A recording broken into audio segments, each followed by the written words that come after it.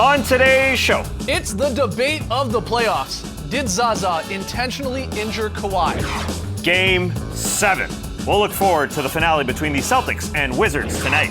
And we try once again to predict the 2017 NBA Draft Lottery winner. It's Monday, May 15th. The starter starts now.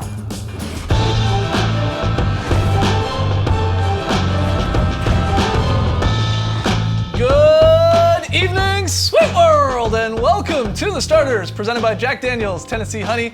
Whether you're listening to the podcast, joining us live right now on NBA TV, or later on YouTube, we're very, very happy to have you. I'm Jay Skeets, and alongside me, as always, that's Tass Mellis. Thank you for joining us. To his right, it's the international man of mystery, taking it to the max, Lee Ellis. Friend. Lele. And last, certainly not least, over yonder, it is the bearded one, it's Trey Kirby. Hey, yo! TK, what do you got for us? Well, I'm here at the internet looking for your best tweets at hashtag the starters. And guys, the last time we saw the Boston Celtics, they were showing up for Game 6 in Washington dressed in all black. It's a now classic move that teams pull when they're on the verge of eliminating an opponent, and they need a little fashion-based intimidation. Only one problem.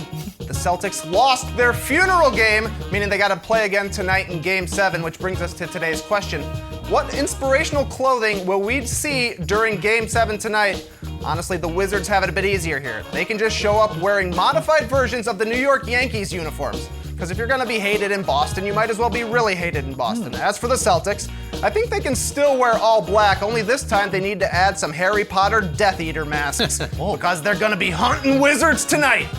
But we want to hear from you, so let us know on Twitter what inspirational clothing will we see during Game 7. Send us your best tweets to hashtag the starters, and we'll hear from you a little bit later. All right, get those tweets in. We got an action-packed Monday night show here. We are going to look ahead to that Game 7 in Boston. We're also going to be joined by Lance Fresh and Damaris Lewis to play a special edition of Fashion or Nah. This will be fun, trust me. And what's this, you ask? Well, we're going to predict, we're trying to predict at least, the 2017 NBA Draft Lottery winner by playing a little modified beer pong.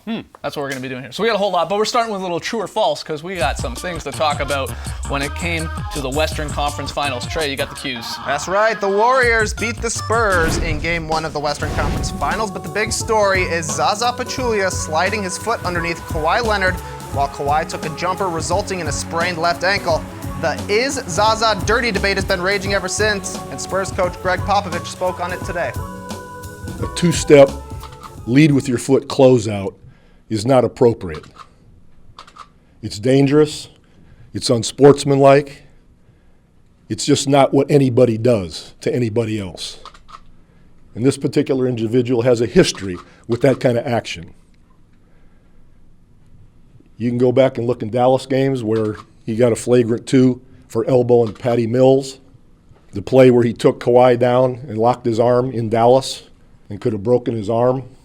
Ask David West, his current teammate, how things went when Jaja was playing for Dallas and he and David got into it. And then think about the history he's had.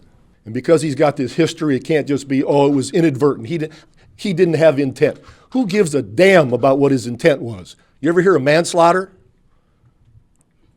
You still go to jail, I think, when you're texting and you end up killing somebody, but you might not have intended to do that. All I care is what I saw. All I care about is what happened. And the history there exacerbates the whole situation and makes me very, very angry.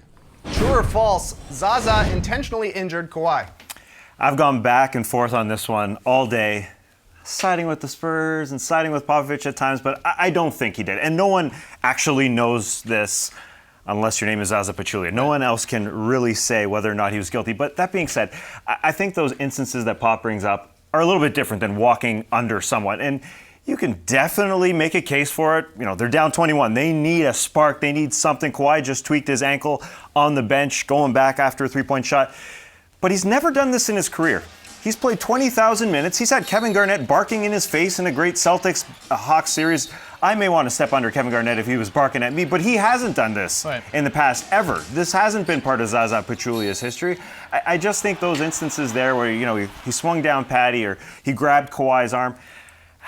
I understand that this guy has a bit of a reputation, and that can lead you into that idea, but I'm going no. And who really knows at this point? It's a great question, and I think what really makes this worse is that because it's Kawhi Leonard, it's a superstar player who goes down and gets injured, and it affected the outcome of the game. It really makes it look bad on Zaza, but I don't believe that he went out there and said, I'm going to try to get under this guy, and I hope he falls on my leg. You don't think that little second shuffle Well, there, because that's what a lot of people are pointing out, right? He again, closes out, yeah. and then he closes out a little bit more to get under him. The thing is, I think this happens a lot in basketball games generally, but you just don't see the injuries happen. When it happens like this, in a Western Conference final, it's the Warriors as well.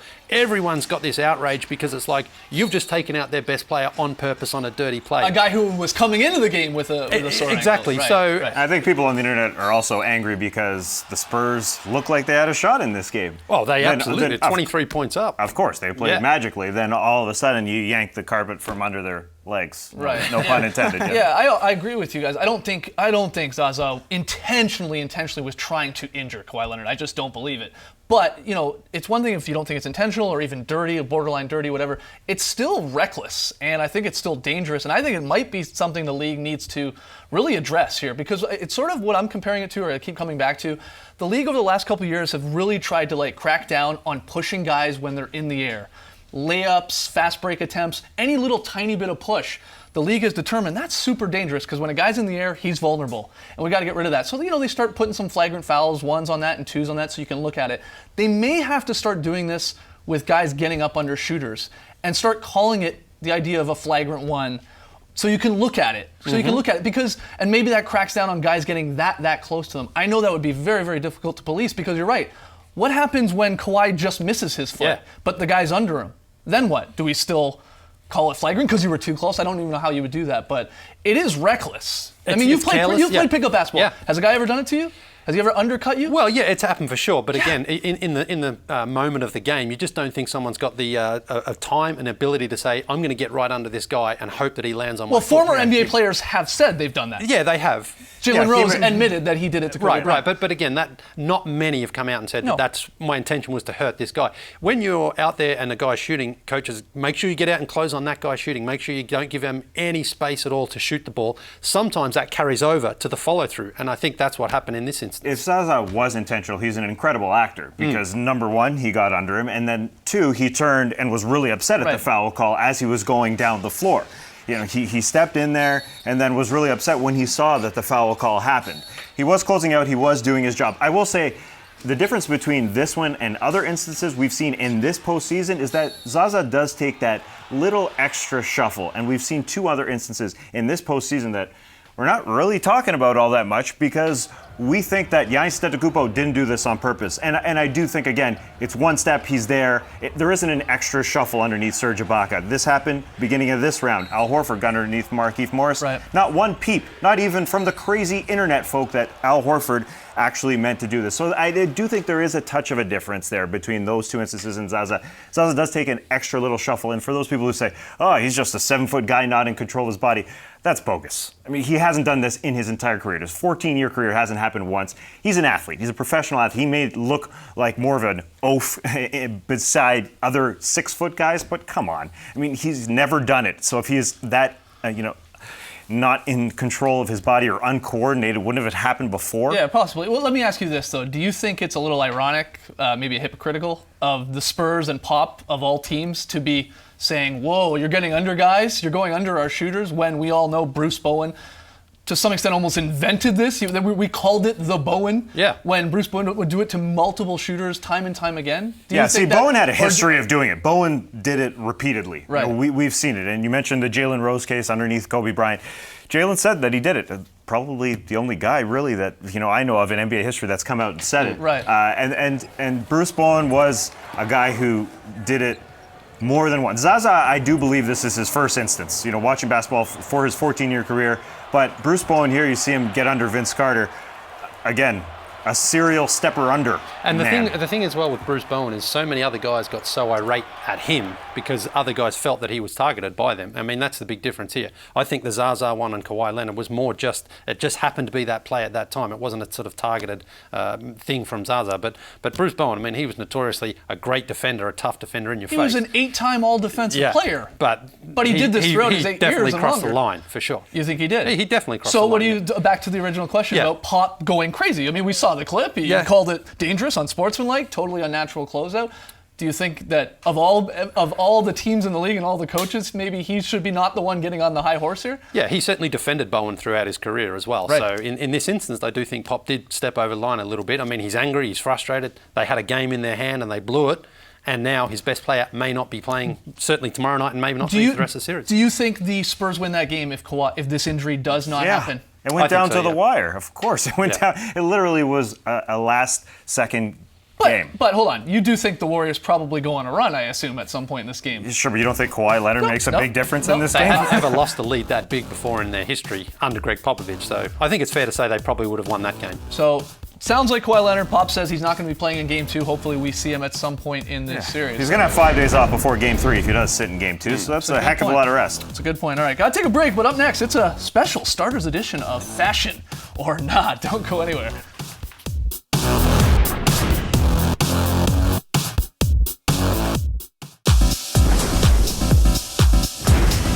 Welcome back to the starters. It's time to play a special edition of everybody's favorite game, Fashion or Nah. We're joined today by our NBA style correspondents, Lance Fresh, Damaris Lewis. Guys, thanks so much for joining us. Thanks for having us, man. Playing Fashion or Nah today. I'll show you guys a notable NBA fashion moment. If you like it, that's fashion. Okay. Yes, a check mark. If you don't like it, that's nah. Apparently some socks with sandals in an X. Our first candidate, Dirk Nowitzki, looking like he's going to a 1998 homecoming dance in a beige turtleneck, some giant jeans, square-toe dress shoes. Is this fashion or nah? I'm gonna go with fashion just because it's Dirk. You know. Just because it's Dirk? I come thought you hated Duncan come jeans. Come on, man. Yeah, I do hate Duncan jeans. Those are Duncan jeans, and that was the name of my my fantasy Yeah, I league remember. team. Love you. I took an L, but no, hey, Dirk is a legend, man. So You I know, turned this I check think- into an L for legend. Yeah, I can't really even vote on Dirk. I mean, anything he does is phenomenal. So he can wear whatever he wants. And the to be fact that honest. he posted it, like he's trolling himself. So Oh yeah, and it's the fashion. look he's got It's going on fashion to for the me. pose. I love it. All right, moving on. It's that $1,200 Gucci sweatshirt you've seen everybody wearing at press conferences. LeBron has worn it. DeMar DeRozan's worn it. Harden's worn it. Is this fashion or not? I gotta say fashion. It's got to be fashion. I mean, it speaks for itself. Everybody has it on. It's clearly comfortable, and it's clearly something that makes them feel great. So it's You don't think fashion. it's a problem to show up wearing the same outfit? See, No, I, no, I no. have it in black, and I wanted to get that color, and everyone talked me out of it because everyone's wearing it. So I have it in clear. I'm gonna I'm gonna say it is fashion. It has to be. All right, fair enough. Up next, probably the wildest look of the playoffs so far. Kelly Oubre shows up wearing a Bape mask. He's got a matching Bape t-shirt, and I think that's a velour jacket. You guys think this is fashion or not? Kelly, my boy, but that is not fashion. I think it is fashion. It's not It's not fashion. my personal style, but it's fashion. He's it's totally fashion. he's trying to look like those dudes, the Schmateo, the dancers. That's who he's trying to pull off. The Jabberwockies? All right, No, unfortunately, this is guys, new guys, I gotta break the tie here. I'm going with nah on this one. Communicable diseases never fashion, if you ask me. But this has been the easy part. Now I'm gonna need you guys to judge my co-hosts' on-air outfits. Okay. We're gonna turn to the runway where we start with J.E. Skeet. And guys, he's going bananas for bonobos. Wearing a Westbrook-styled floral print shirt, some light denim, and some Nike Killshot 2s, looking like a J. Crew catalog, my man. Is this fashion or not? One button up and then it's fashion. One more button. One button up. That was definitely fashion. That was definitely fashion. One button up. You want one No button up? belly button. No belly button. What's wrong with belly button? I got a sexy belly button. sitting Oh, on my- yeah. Okay, Any Audi. there you go. All right, man. I'm gonna go I'm fashion. giving, it's I'm not giving you. you fashion I'm too. going fashion. Yeah. Open shirts all summer long. I've got the same body as Westbrook. Hey, you love Westbrook, so what's I up? look Exactly. exactly I the love same. Westbrook. I look exactly the same as Westbrook. All right. Next up on the runway, it's Taz Mellis and Shiver Me Timbers. Taz is wearing a matching set of nautical flag printed shirt and shorts. Forget walking the plank, he's working the runway. Is this fashion or not? It's fashion. I'm gonna go with nah. You look fabulous, honey. Thank you. Nah.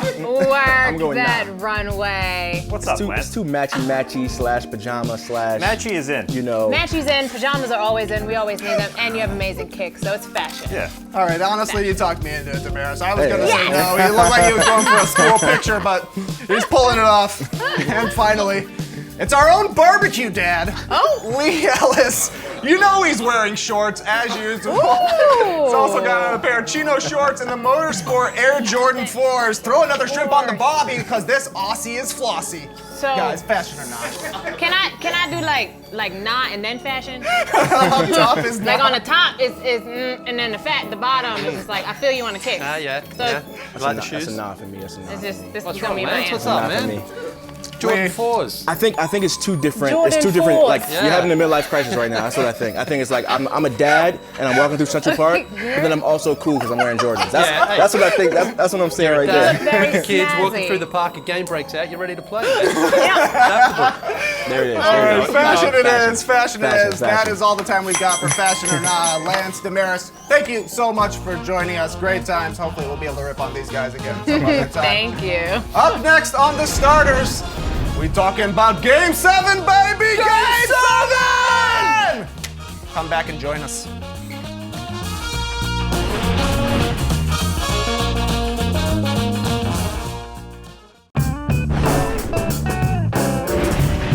The Starters on NBA TV is brought to you by Jack Daniel's Tennessee Honey, proud partner of the NBA. Do your friends proud.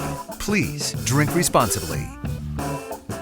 We asked you, what inspirational clothing will we see for Game 7 tonight? You hit us up on Twitter, hashtag the starters. Trey, you got a few of the best answers. Yeah, some good answers. This one comes from Mr. Basketball, who says the Walking Dead t-shirts because the Wizards survived the funeral game. Not bad. Smart. Zach says, I think the Wizards should dress like students from Hogwarts.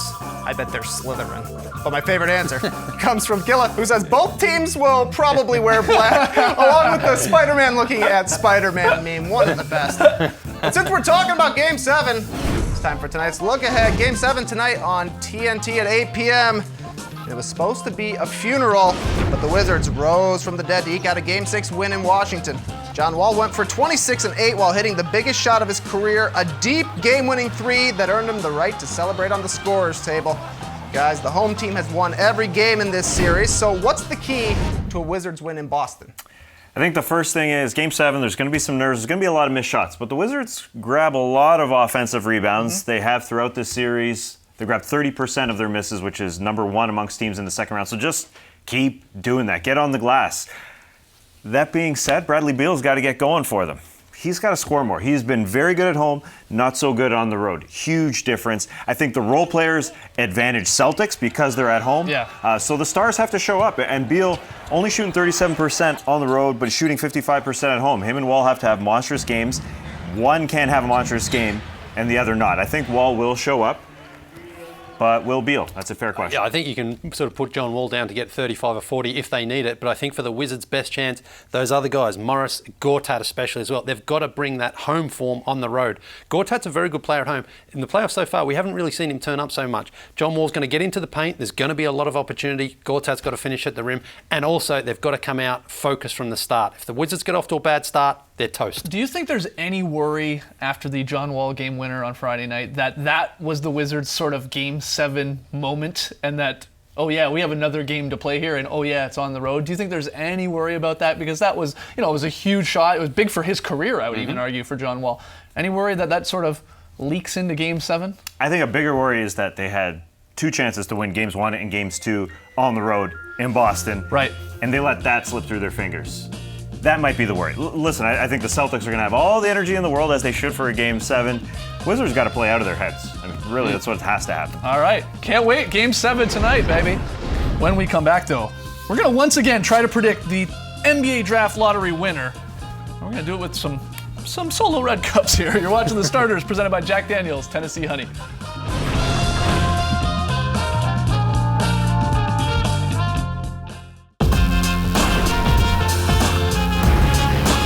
Tomorrow night, it's the 2017 NBA Draft Lottery where the ping pong balls fall and we find out who will be taking home the number one pick. But for 3 years running here on The Starters, we've attempted to predict the draft winner before it actually happens. We've had mixed results. In 2014, Lee was throwing darts. He hit the Magic, but the Cavs won that year. 2015, Trey, he risked his life bobbing for apples. He ultimately got the Nuggets, but the Wolves won that pick, so 0 for 2. But last year, 2016, Tass was in the money win machine there, and he ultimately snatched the 76ers. So we're 1 for 3 here as the starters, but we're doing it again. And a new twist to trying to figure it out. We've got 100 solo cups representative of each team's odds to land the number 1 pick. On the bottom of those cups, you see there, are the team logos of who ultimately we think's gonna win this thing, or fate thinks. There's your lottery odds. So it's a perfect breakdown, guys. You got the Celtics, that's by way of the Nets, with 25 red cups, and then the Suns following them, the Lakers, and so on. These have been randomly put here on the desk. No one in the studio has any idea what's on the bottom of each cup. Trey over there is gonna be throwing the ping pong ball. He is already blindfolded.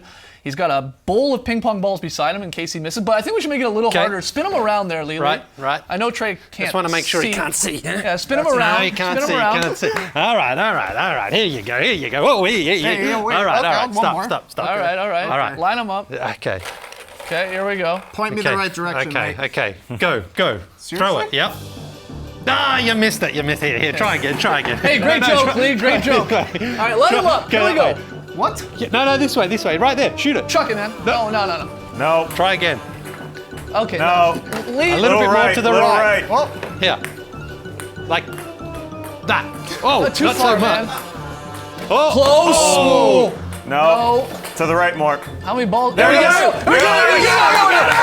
Hold the cup. Get out of here. Get out of here. All right. And the winner of the 2017 NBA Draft Lottery is the Orlando Magic.